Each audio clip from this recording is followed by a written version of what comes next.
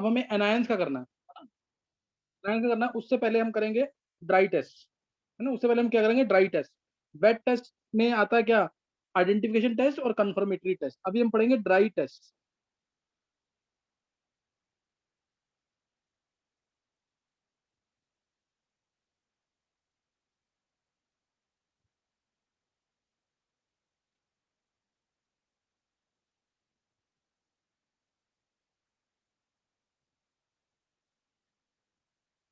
चलो अभी स्टार्ट कर रहे हैं अभी। अच्छा, पिछला सबने पढ़ लिया क्या, पिछला सबने पढ़ लिया कि नहीं?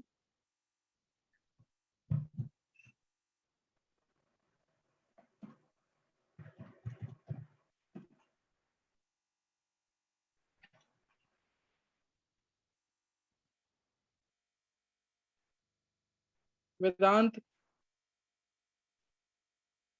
सर कनिष्क, मेरे को अभी याद इतने उज्जवल। अच्छे से नहीं हुआ, लेकिन आज कर यस सर, सर पढ़ अच्छा, लिया पढ़ सर, लिया, याद याद नहीं नहीं किया अभी? नहीं याद सर, नहीं है अभी अभी, याद इतने अच्छे सर से पढ़ लिया था बट याद नहीं हो पा रहा इतने अच्छे से। याद नहीं हो पा रहा है। अच्छा, देखो इसको मैंने तुम्हें बस तरीका वो सिखाया है कि अच्छा थोड़ा ये फास्ट हो रहा है, ऐसा तो कुछ नहीं है कि फास्ट हो रहा है थोड़ा सा इसलिए याद नहीं हो रहा है। नहीं सर, वो बहुत सारी चीजें नहीं सर, इसीलिए दो तीन याद नहीं चीजें हो एक पा साथ रही हो हैं। रही है ना, इसकी वजह से हो रहा है। दोबारा बोल वेदांत। सर दो तीन चीजें एक साथ हो रही है ना, इसकी वजह से थोड़ा टाइम लग रहा है, वरना तो अच्छा, ऑर्गेनिक इनऑर्गेनिक दोनों चल रहा है इसलिए। ये सर एक क्लास चल इसी रही है, फिर एक क्वालिटेटिव, उसके बाद ऑर्गेनिक, ये तीनों कर रहे हैं, इसलिए थोड़ा टाइम लग रहा क्वालिटेटिव में थोड़ा सा टाइम तो लगेगा। जैसे कि जैसे हमने वो किया ना अभी बेसिक रेडिकल्स, ऐसे ही एसिडिक रेडिकल्स भी हैं एनायंस वाले, है। Yes sir. समझे कि नहीं? तो इंपॉर्टेंट है, ऐसा नहीं कि इंपॉर्टेंट नहीं है, करना है ये। इंपॉर्टेंट ऐसे क्वेश्चन काफी आते हैं, तो लैब से रिलेटेड है, ढंग से करोगे तो मजा मजा भी आएगा ऐसे करने में। लैब में टेस्ट करते हैं ना जब, पहचानना होता है सॉल्ट्स को, तो इंपॉर्टेंट लगता है काफी। अच्छा, अभी इसमें 10th वाले बच्चे कौन कौन से हैं? ड्राई सर टेस्ट, शायद एक ठीक है, आरुष ड्राई कर रहा है। टेस्ट। आरुष कर रहा है कोई क्लास? आरुष,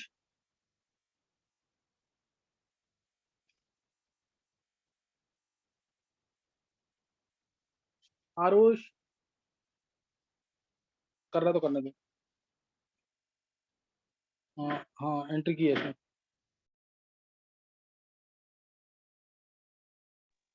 चलो इसमें स्टार्ट करेंगे, dry test for salt. Clear, dry test for salt. Dry test, इसके अंदर ना हमें हमें करना क्या है, जैसे हमें करना है पहले physical examination of the salt.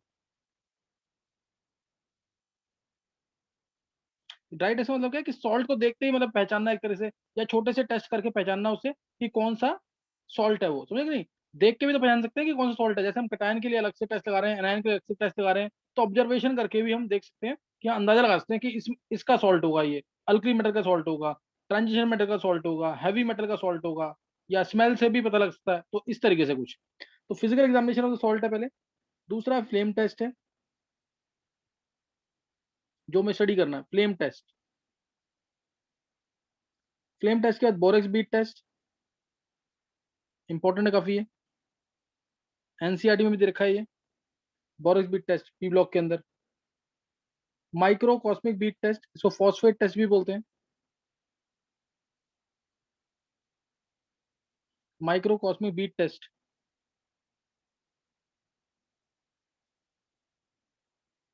है ना, माइक्रो कॉस्मिक बीट टेस्ट बोल सकते हैं इसमें। फिर नेक्स्ट आ जाएगा charcoal cavity test. Charcoal cavity test.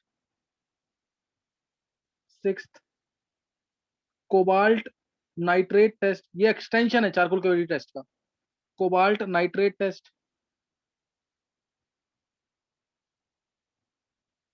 ये एक्सटेंशन है किसका, चारकोल कैविटी टेस्ट का। इसके बाद thermal decomposition test, thermal decomposition या dry dry heating. Dry heating ये तो बहुत डिटेल में है, इसको तो मैं अलग से कराऊंगा ये पूरा। और थर्मल डिकम्पोजिशन, थर्मल डिकम्पोजिशन,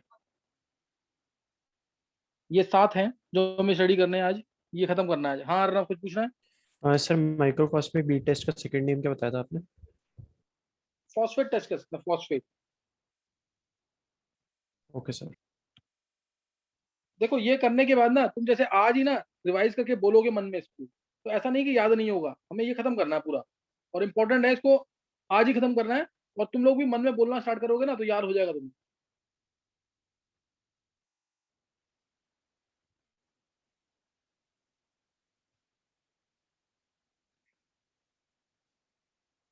चलो स्टडी करेंगे एक बार।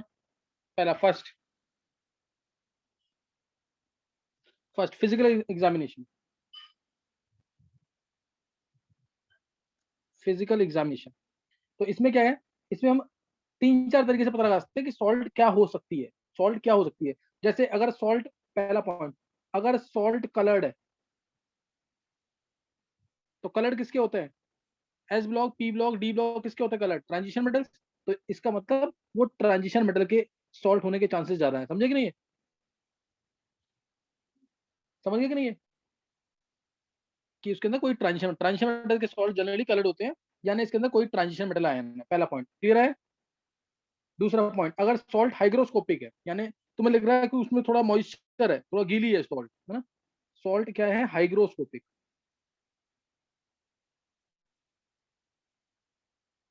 हाइग्रोस्कोपिक वेट है सॉल्ट, सही ना, वेट है सॉल्ट, तो वेट लिख देंगे पर। तो इसका मतलब अल्कली या एल्कलाइन अर्थ मेटल्स होंगे, एल्कलाइन अर्थ मेटल के आयंस होंगे, है ना, जैसे Na प्लस इस टाइप से, Na प्लस Mg2 प्लस इस टाइप से होंगे, तो अल्कली अल्कली मेटल आयंस होंगे।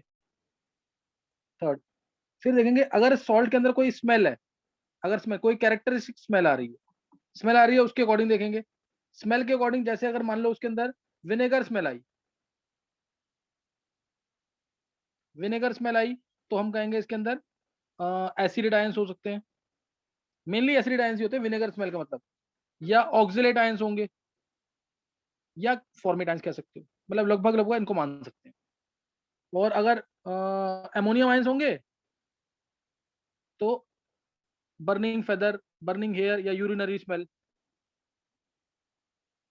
इस टाइप से अमोनियम आयंस अगर है तो ये स्मेल से पहचान सकते हैं। तीसरा, अगर सॉल्ट हैवी है, सही ना, सॉल्ट अगर हैवी है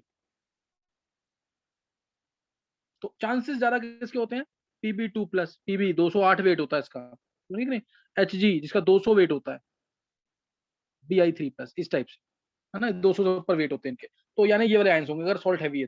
ये क्लियर हुई बात की नहीं। Yes sir. सर सर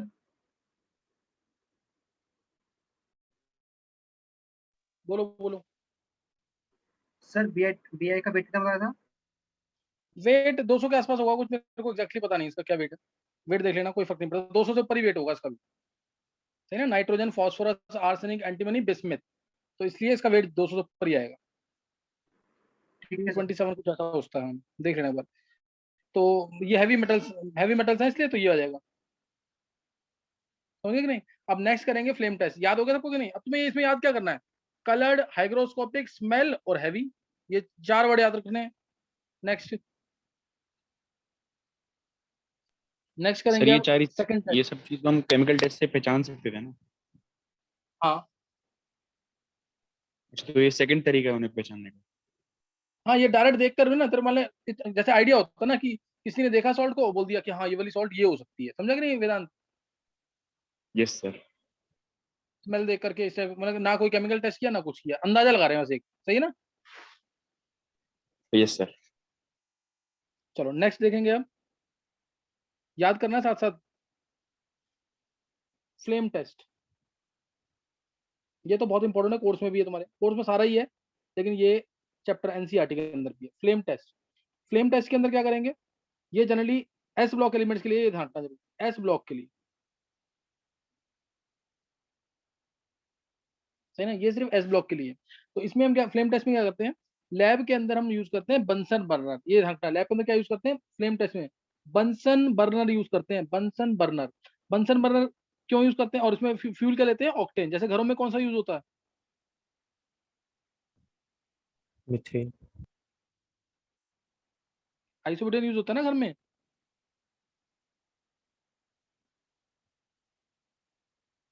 नहीं समझे बात, है ना, घरों में क्या यूज होता है, आइसोब्यूटेन यूज होता है ना, नहीं सुना कुछ ऐसा? बंसन यस बर्नर सर लिया, सुना। हाँ, एस ब्लॉक एलिमेंट्स के लिए एक तो, और हमने बंसन बर्नर लिया, इसमें सॉल्ट को हीट किया प्लेटिनम वायर का लूप बनाकर, यहाँ सॉल्ट का पेस्ट लिया, इसको हीट करेंगे यहाँ पे। अब ध्यान रखेंगे फ्यूल तुम्हारा कहाँ पे होगा, फ्यूल कहाँ पे होगा, देखो सर बेस ये में वाला जो बर्नर। जोन है ना, ध्यान, हाँ, बहुत ध्यान सुनना इसमें, ध्यान सुनेंगे बिल्कुल। इसमें क्या होगा, इस पॉइंट पे और इस पॉइंट पे टेम्परेचर कम होता है, दो जो एरो शो की है वहां टेम्परेचर कम होता है, यहाँ पे टेम्परेचर ना, इसलिए मैं गर्म में ज्यादा तो इसे रेड से शो कर रहा हूँ, यहाँ पे हॉट होता है, ये यहाँ टेम्परेचर हॉटेस्ट रीजन होता है ये। 4 रीजन दिखाते हैं ना, उसमें ये वाला हॉटेस्ट रीजन बोलते हैं इसको। यहाँ नीचे क्या होगा, ऊपर तो एयर ज्यादा होगी, ऊपर वाले एरो में एयर ज्यादा होगी, ऑक्सीजन ज्यादा होगा कि नहीं, ऊपर वाले एरो में क्या ज्यादा होगा, एयर ज्यादा। O2 जो है उसका कंसंट्रेशन ज्यादा किससे, फ्यूल से, तो रेशियो प्रॉपर नहीं है, इसलिए बहुत प्रॉपर कंबशन या बहुत प्रॉपर बर्निंग नहीं होगी फ्यूल की, ऑक्सीजन ज्यादा है फ्यूल कम। और नीचे वाले रीजन में क्या होगा, फ्यूल ज्यादा, फ्यूल ज्यादा और ऑक्सीजन कम। क्यों, क्योंकि फ्यूल जो है ऑक्सीजन को पुश करके दूर कर देगा, समझे कि नहीं, फ्यूल जो है ऑक्सीजन को पुश करके दूर कर देगा, इसलिए क्या होगा, इसलिए क्या होगा, नीचे फ्यूल ज्यादा, तो इधर भी प्रॉपर बर्निंग नहीं होगी फ्यूल की, है ना, इधर फ्यूल की बर्निंग नहीं होगी और ऊपर भी नहीं होगी, लेकिन बीच वाले में फ्यूल और ऑक्सीजन का प्रॉपर रेशियो होगा, तो प्रॉपर कंबशन होगा फ्यूल का, तो प्रॉपर कंबशन होगा फ्यूल का, इस वजह से क्या होगा, इस वजह से क्या होगा, यहाँ पे टेम्परेचर ज्यादा होगा और हॉटेस्ट रीजन होगा। कोई डाउट यहाँ तक,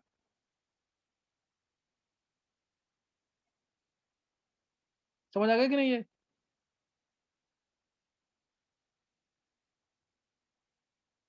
और इधर यस O2 सर। ज्यादा है, जहाँ जहाँ O2 ज्यादा है वो होगा ऑक्सीडाइजिंग फ्लेम, ये भी याद रखना, oxidising non luminous, oxidising flame non luminous. और नीचे फ्यूल ज्यादा है तो रिड्यूसिंग फ्लेम, एयर ज्यादा तो ऑक्सीडाइजिंग ही होगा, फ्यूल ज्यादा तो रिड्यूसिंग, फ्यूल ज्यादा तो रिड्यूसिंग, वही कार्बन वगैरह ज्यादा होगा तो रिड्यूसिंग। समझ गए कि नहीं है? किस रीजन में फ्यूल पूरा जलेगा, सर हॉटेस्ट वाले में। हॉटेस्ट रीजन में। इस वाले में फ्यूल पूरा जलेगा। कोई डाउट यहाँ तक? तो ये ध्यान रखना, इसके अंदर बंसन बर्नर है, ऑक्टेन फ्यूल यूज किया, क्योंकि ऑक्टेन जो है इसकी इसका जो कंबशन होता है वो ज्यादा होता है एज कम्पेयर टू जो घरों में यूज करते हैं आइसोब्यूटेन, उससे ज्यादा कंबशन होता है, ज्यादा कंबशन होता है क्योंकि टेम्परेचर हाई रिक्वायर्ड होता है लैब वगैरह में, तो इसलिए हम यूज करते हैं ऑक्टेन एज फ्यूल, यहाँ पे हम ऑक्टेन एज फ्यूल यूज करते हैं। तो थोड़ा सा वैसे ही बता दिया मैंने, क्योंकि हॉटेस्ट रीजन वाला क्वेश्चन ना एक बार आईआईटी मेंस में आया हुआ 2015 में, तो इसलिए मैंने बता दिया हॉटेस्ट रीजन कौन सा होता है जहाँ पे फ्यूल की प्रॉपर बर्निंग होगी। नेक्स्ट अब इसके अंदर है, नेक्स्ट सर इसके अंदर अब 3 प्रोसेस। हाँ बोल मुकुल। सर ये नहीं कहते कि अगर कोई चीज को मुझे जल्दी जलाना है तो फिर मैं सबसे मतलब पीक पे चोंच पे रखूंगा उस चीज को तो जल्दी जलेगी। तो ये मुकुल ये तू पहचान थोड़ी पाएगा कि कहाँ पे वो तो बिल्कुल बहुत कम रीजन, मैंने तो गैप ज्यादा दिखाया ना, इतना गैप थोड़ी होता है, हाँ। समझा कि नहीं, अच्छा इतना अच्छा, गैप थोड़ी मतलब होता है, पीक और हॉटेस्ट रीजन बीच ये। वाला पार्ट तू सेम ही मान सकते हैं कि हिसाब से देखा जाए तो। नहीं नहीं, जो बीच वाला जो पार्ट है वही हॉटेस्ट रीजन होता है, अच्छा वहां तो पे प्रॉपर बर्निंग होती है फ्यूल की। मुकुल तू अजीब सा क्वेश्चन पूछ रहा है, तू क्या पहचान पाएगा वो कितना डिस्टेंस है, कहाँ पे हॉटेस्ट रीजन है? नहीं सर वो तो नहीं पहचान पाऊंगा, पर वो फिजिकली सुनार नहीं था पहचान ना। पाएगा ना, फिजिकली हाँ थोड़ी पहचान पाएगा, जो बताया उसको दिमाग में रख। हाँ ठीक है सर। अच्छा, अब इसमें 3 ऑब्जर्वेशन होंगे। पहले हम सॉल्ट को ध्यान रखना, सॉल्ट जो है उसको कन्वर्ट करेंगे वोलेटाइल सॉल्ट के अंदर, कोई भी सॉल्ट है, Na2CO3 है, K2CO3 है, कोई भी सॉल्ट, उसको हम पहले कन्वर्ट करेंगे किसमें, या CaCO3 है, कोई भी सॉल्ट उसको हम कन्वर्ट किसमें, एग्जाम्पल लिया Na2CO3, तो हम पहले इसको कन्वर्ट करेंगे वोलेटाइल सॉल्ट में। कैसे, कंसंट्रेटेड HCl डाल के इसके पेस्ट को हीट करते हैं, जो सॉल्ट प्लस कंसंट्रेटेड HCl, तो इससे क्या मिल जाएगा, NaCl मिल जाएगा। इसको, ये वोलेटाइल सॉल्ट होती है, ये वोलेटाइल सॉल्ट है, तो इसको हम हीट करेंगे ताकि वो आसानी से वेपराइज हो सके, क्योंकि ये हमारी रिक्वायरमेंट है इस टेस्ट की, इस टेस्ट की रिक्वायरमेंट है, 3 रिक्वायरमेंट है इसकी। पहली रिक्वायरमेंट थर्मल वेपराइजेशन हो सके। दूसरी रिक्वायरमेंट वेपराइजेशन हो गया। अब उसके बाद इसको आयंस में कन्वर्ट करना, थर्मल आयोनाइजेशन। और तीसरा excitation de-excitation. Excitation de-excitation ये हो सकता है, एक्साइटेशन डी एक्साइटेशन। अब इसमें क्या है, NaCl हमारा बन गया सॉलिड फॉर्म में। अब NaCl सॉलिड को हम कन्वर्ट करेंगे थर्मल वेपराइजेशन लिख रहा हूं मैं, थर्मल वेपराइजेशन NaCl गैस के अंदर, वेपर्स के अंदर, वी लिख देना बेशक, है ना। NaCl साथ में इसके H2 + CO2 मिलेगा ऊपर। अच्छा, NaCl गैस में यानी वेपर्स में कन्वर्ट कर दिया। अब NaCl वेपर्स जो मिले, इसका हमने थर्मल आयोनाइजेशन किया हीट करके, Na+ और Cl-। अब इनका एक्साइटेशन होगा, और जब ये डी एक्साइट करेंगे तो कलर इंपार्ट करेंगे फ्लेम को। अब इनका एक्साइटेशन डी एक्साइटेशन होगा, सही ना। Na+ का क्या होगा, एक्साइटेशन गर्म करके, एक्साइटेशन होगा, फिर होगा डी एक्साइटेशन, जिसकी वजह से कलर इंपार्ट करेंगे, जिसकी वजह से क्या करेंगे, फ्लेम को कलर इंपार्ट करेंगे। और कलर तुम्हें याद करने हैं, एक बार ये नोट कर लेंगे जल्दी से।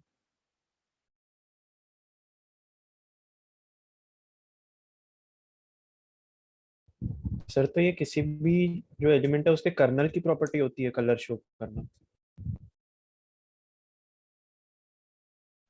मेनली इसी की प्रॉपर्टी होगी। फ्लेम टेस्ट कौन देता है, मेटल आयंस है इलेक्ट्रॉन लूज करके, सर जैसे लिथियम। कौन बोल रहा है, ये बोलो। एक्साइटेड के बाद क्या लिखा है सर? ऋषि सर, एक डी एक्साइटेशन के बाद एक्साइटेशन, क्या लिखा है? ये D excitation, D excitation. Okay sir.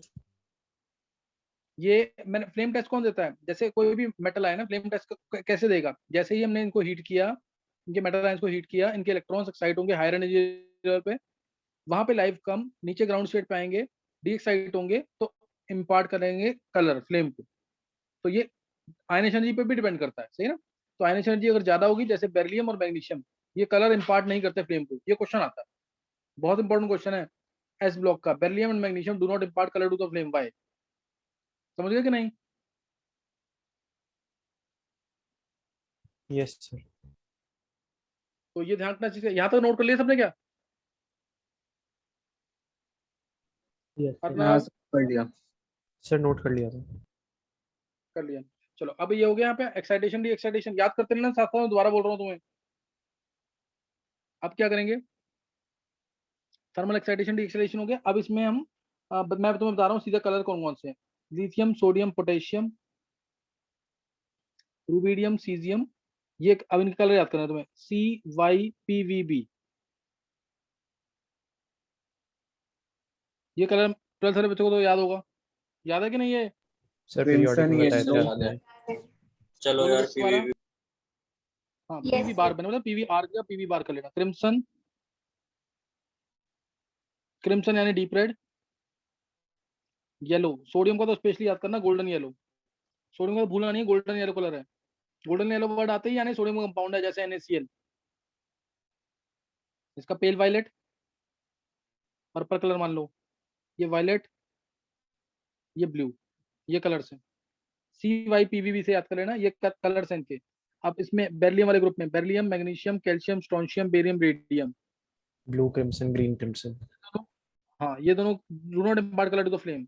Reason, ion energy ज्यादा होती है, इलेक्ट्रॉन्स आसानी से रिलीज नहीं करते फ्लेम टेस्ट में, तो इसलिए they do not impart colour to the flame. फिर इसका RCGC, red, crimson, green, crimson. तो ध्यान रखना इसके अंदर, ये इसका भी यूज करते हैं। जैसे मैंने ऊपर गोल्डन येलो बोला ना सोडियम का, ऐसे इसका याद रखना ब्रिक रेड। ब्रिक रेड ये आएगा तो यानी कैल्शियम का कंपाउंड है, जैसे CaOCl2।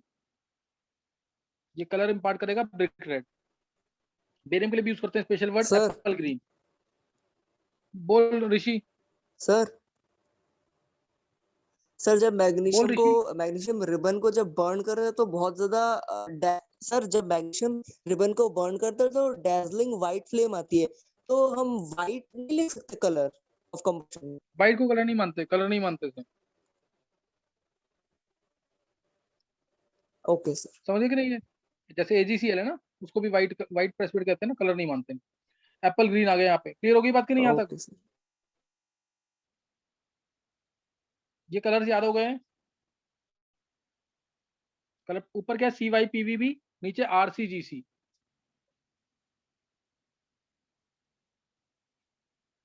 याद कर लिए? यस यस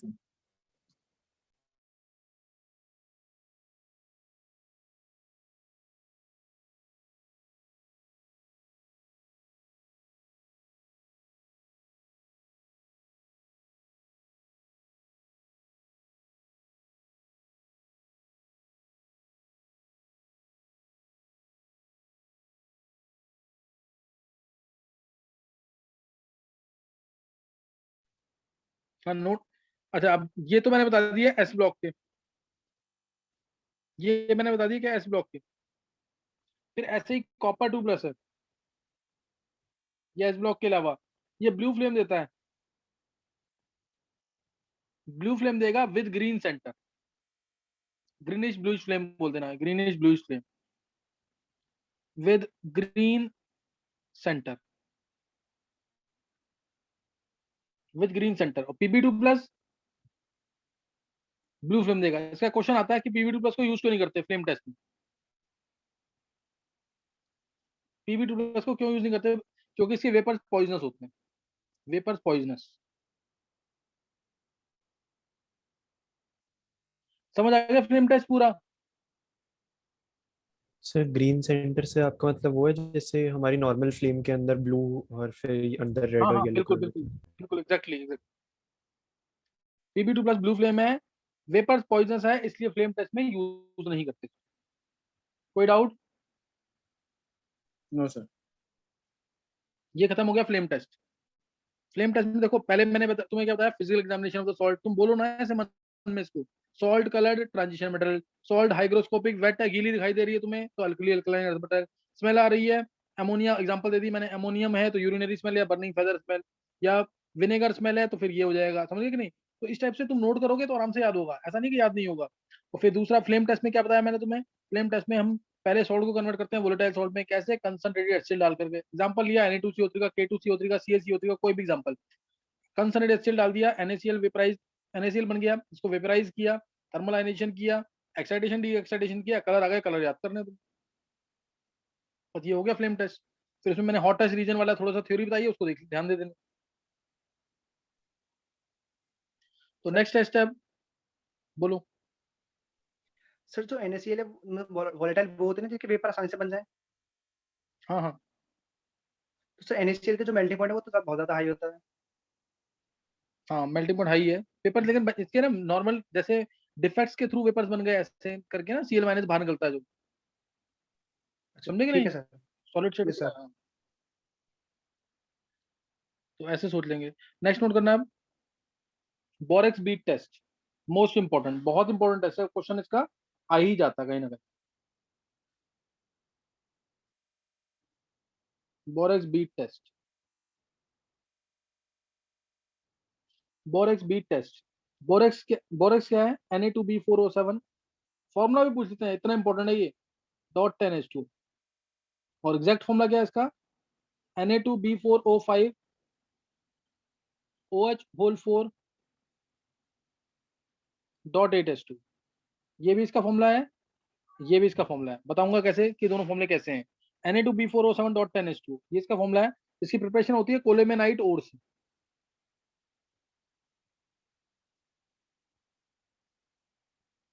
कोलेमेनाइट ओर से इसकी प्रिपरेशन है, COLEMANITE, कोलेमेनाइट ओर से इसकी प्रिपरेशन है, कोलेमेनाइट ओर से इसकी प्रिपरेशन है। तो ये होता है Ca2B6O11, Ca2B6O11 कोलेमेनाइट ओर। इसमें डालते हैं हम कोई भी अल्कली जैसे Na2CO3, और कोलेमेनाइट एक्चुअल में मिक्सचर है 2CaO.3B2O3। देखो बन रहा है कोलेमेनाइट की नहीं, दो ऑक्साइड का मिक्सचर है ये, देखो बन रहा है कि नहीं?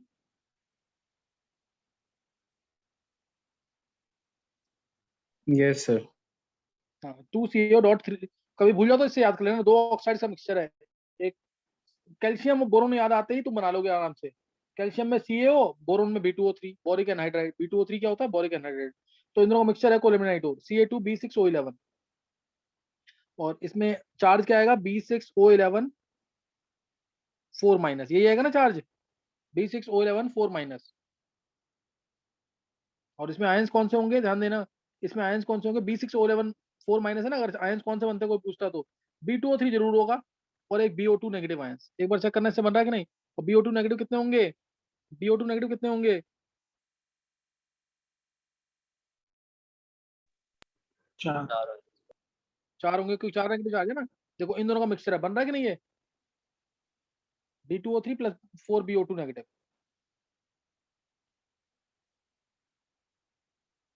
B6 कोई भी ऐसे चार्ज आ जाए ना, बोरोन का कोई भी कंपाउंड आ जाए उस पर चार्ज पूछ लिया इस तरीके से, तो तुम ध्यान रखना B2O3 और BO2 नेगेटिव ही आएगा उसमें। बोरोन की कोई भी ऑक्साइड आयनिक फॉर्म में आ गई, आयन की फॉर्म में, एनायनिक फॉर्म में, तो इस तरह से आंसर निकाल लेना, ये चीज प्रेजेंट होगी इसकी। तो अभी मैं बता रहा था तुम्हें बोरेक्स की प्रिपरेशन। बोरेक्स की प्रिपरेशन के लिए हम क्या करेंगे? इसमें Ca2B6O11 प्लस Na2CO3। देखो जो 11th वाले बच्चे हैं ना, जैसे तुम सम्यक है क्लास में, सम्यक यस सर। सम्यक लास्ट टाइम तुम लोगों की क्लास कितने दिन चलती थी? 7 दिन चलती थी कि नहीं चलती थी? यस सर चलती थी सर, आप रात को भी लेते थे काफी टाइम, तो एक एक दो दो बजे।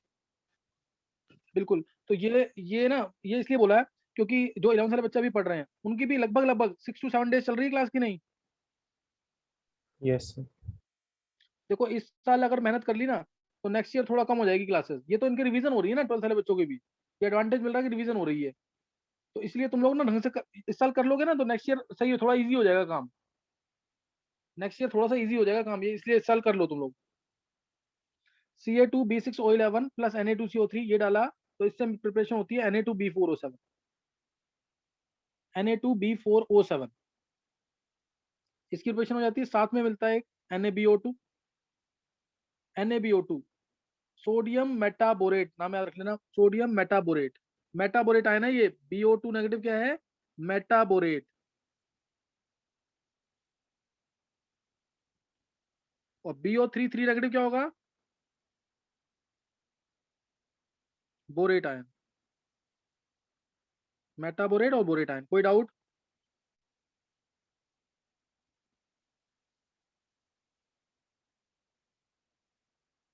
समझ आ गया कि नहीं? ये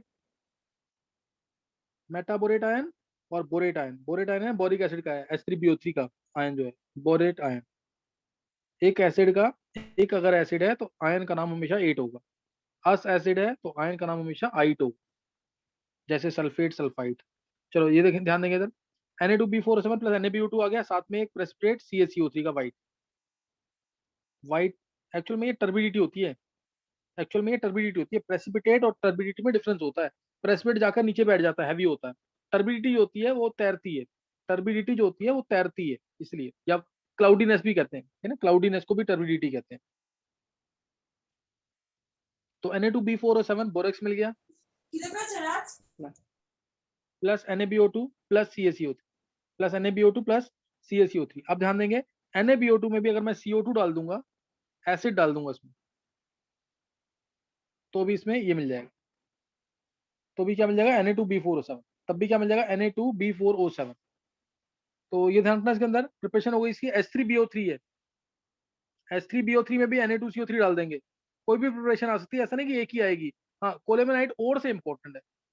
क्यों पूछते हैं कि कौन से और से बोरेक्स प्रिपेयर होता है, तब क्वेश्चन आता है तो ये आंसर देंगे कोलेमेनाइट। H3BO3 में Na2CO3 डाल देंगे तो भी ये मिल जाएगा। H3BO3 में डाल देंगे तब भी मिल जाएगा। तरीका है सबका कि कैसे निकलता है ये, अभी तुम याद करो पहले इसको। बोरिक एसिड के अंदर भी डाल दूंगा अगर मैं Na2CO3 तो भी मिल जाएगा बोरेक्स। और if it is allowed to stand for long time तो इसके क्रिस्टल्स अपीयर होंगे पानी से कंबाइन करके, Na2B4O7 प्लस 10H2O। तो ये दे देगा crystals of borax, that is Na2B4O7 dot 10H2O। और मैं तुम्हें बताऊंगा भी इसका फॉर्मूला Na2B4O7 क्यों होता है। Na2B4O5 Na2B4O5 OH होल 4 जो मैंने ऊपर लिखा है यहाँ पे, ये वाला लिखा है ना, जो ये क्यों होता है formula Na2B4O5 OH whole 4 dot 8H2O, ये क्यों है फॉर्मूला। तो ये मैं बताऊंगा अभी। पहले ये यहाँ पे प्रिपरेशन भी की है अभी हमने, बोरेक्स की प्रिपरेशन की है। कोई डाउट यहाँ तक किसी को? 3 तरीके से प्रिपरेशन बताइए, तीनों आने चाहिए। अब इसको जब हीट करते हैं, अब बोरेक्स को जब हीट करते हैं, Na2B4O7.10H2, इसको हीट करेंगे तो पहले स्वेलअप होगा, एक्सपैंड करता है, पहले एक्सपैंड करता है, स्वेल्स अप, स्वेल्स अप। उसके बाद जब इसको हीट करेंगे, फिर दोबारा इसको हीट करेंगे, तो अब यहाँ पे मिलेगा transparent glassy Beed 2NaBO2 plus B2O3। ये बहुत इंपॉर्टेंट, ये पूछते हैं पेपर में। Transparent glassy Beed,